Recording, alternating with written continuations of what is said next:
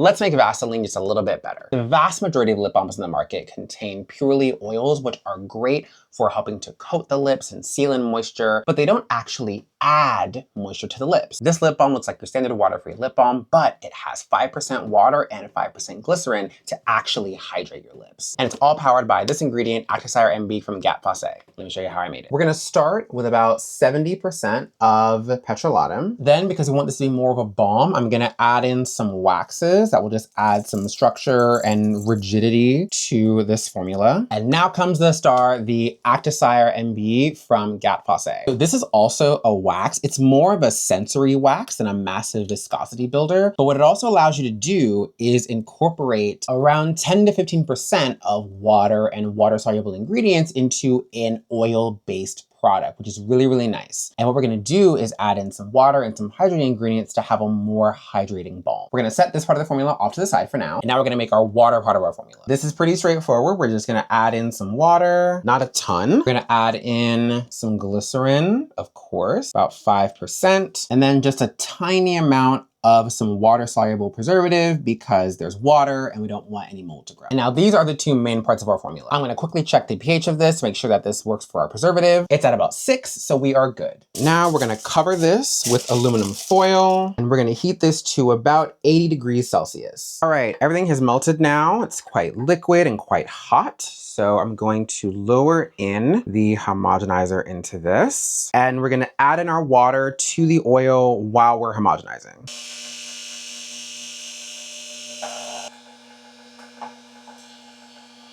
It is all combined, but I gotta watch the temperature and we're gonna add our final ingredient. It is cooled substantially. Now we're gonna add our final ingredient, which is our flavor oils. And I'm gonna add a little bit of a peach flavor oil. So that all goes in here. Quite a strong peach flavor is what we're going for. And we're gonna do one final mix.